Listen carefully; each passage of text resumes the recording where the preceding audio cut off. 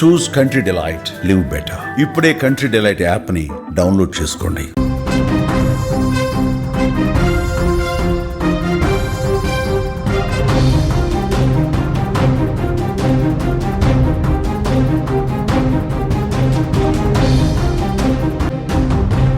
రాదు రాలేదు అనుకున్న ప్రతిసారి ఎంట్రీ ఇచ్చి ప్రజలను భయపడుతుంది కరోనా వైరస్.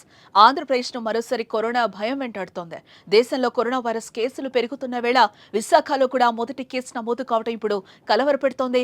విశాఖలోని మద్దెలపాలెంకు చెందిన 23 ఏళ్ల యువతికి కోవిడ్ పాజిటివ్ గా నిర్ధారణ అయినట్లుగా అధికారులు అంటున్నారు. సదరు యువతి 4 రోజుల క్రితం జ్వరంతో బాధపడుతూ నగరంలోని ఒక కార్పొరేట్ ఆసుపత్రిలో చేరింది. వైద్యులు అనుమానంతో కరోనా నిర్ధారణ పరీక్షలు నిర్వహించగా ఆమెకు పాజిటివ్ గా తేలింది. నిజ నిర్ధారణ కేసు మళ్లీ కేజీహెచ్ లోని వైరాలజీ ల్యాబ్ కు నమూనాలు పంపించారు. అక్కడి పరీక్షల్లోనూ కరోనా పాజిటివ్ గానే నిర్ధారణ అయింది. అయితే యువతి ఆరోగ్యం నిలకడగా ఉండడంతో గురువారం సాయంత్రం ఆమెను ఆసుపత్రి నుంచి డిశ్చార్జ్ చేయడం జరిగింది. విశాఖలో మొదటి కేసు నమోదు కావడంతో ఏపీ వైద్య ఆరోగ్య శాఖ అప్రమత్తమైంది. ముందు జాగ్రత్త చర్య చేపడుతున్నారు. ఆమెతో క్లోజ్ గా ఉన్న వారికి టెస్టులు కూడా నిర్వహిస్తున్నారు. అయితే బాధితురాలు ఇటీవలి కాలంలో ఎక్కడికి ప్రయాణం చేయలేదని ఆమె కుటుంబ సభ్యులు చెప్పడం కాస్త ఊరటనిచ్చే విషయంగా ఇక్కడ మనం చూడొచ్చు.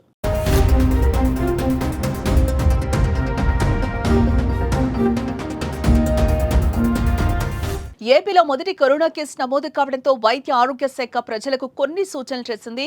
జ్వరం, దగ్గు, జలుబు, గొంతు నొప్పి వంటి లక్షణాలు కనిపిస్తే వెంటనే ఇంట్లోనే వేరుగా ఉండాలి, ఐసోలేట్ అవ్వాలని తెలిపింది.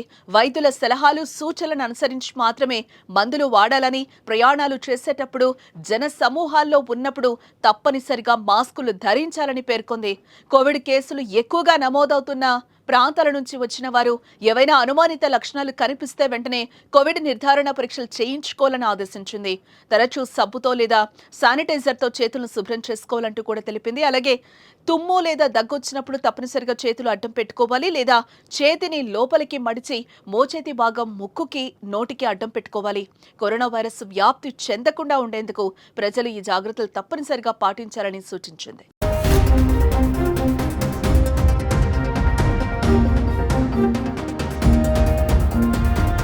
ప్రస్తుతం మన దేశంలో 250కి పైగా యాక్టివ్ కేసులు ఉన్నట్లుగా తెలుస్తోంది.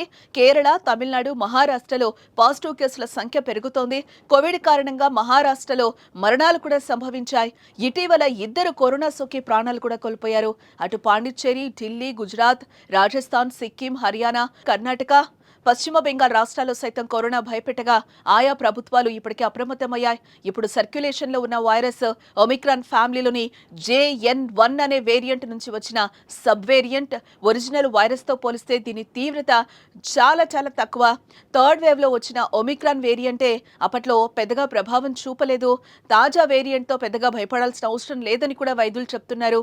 అలా అజాగ్రత్తగా ఉంటే మాత్రం చాప కింద నీరులా వ్యాపించి మరోసారి పాత గడ్డు పరిస్థితులు వచ్చే అవకాశం లేకపోలేదు.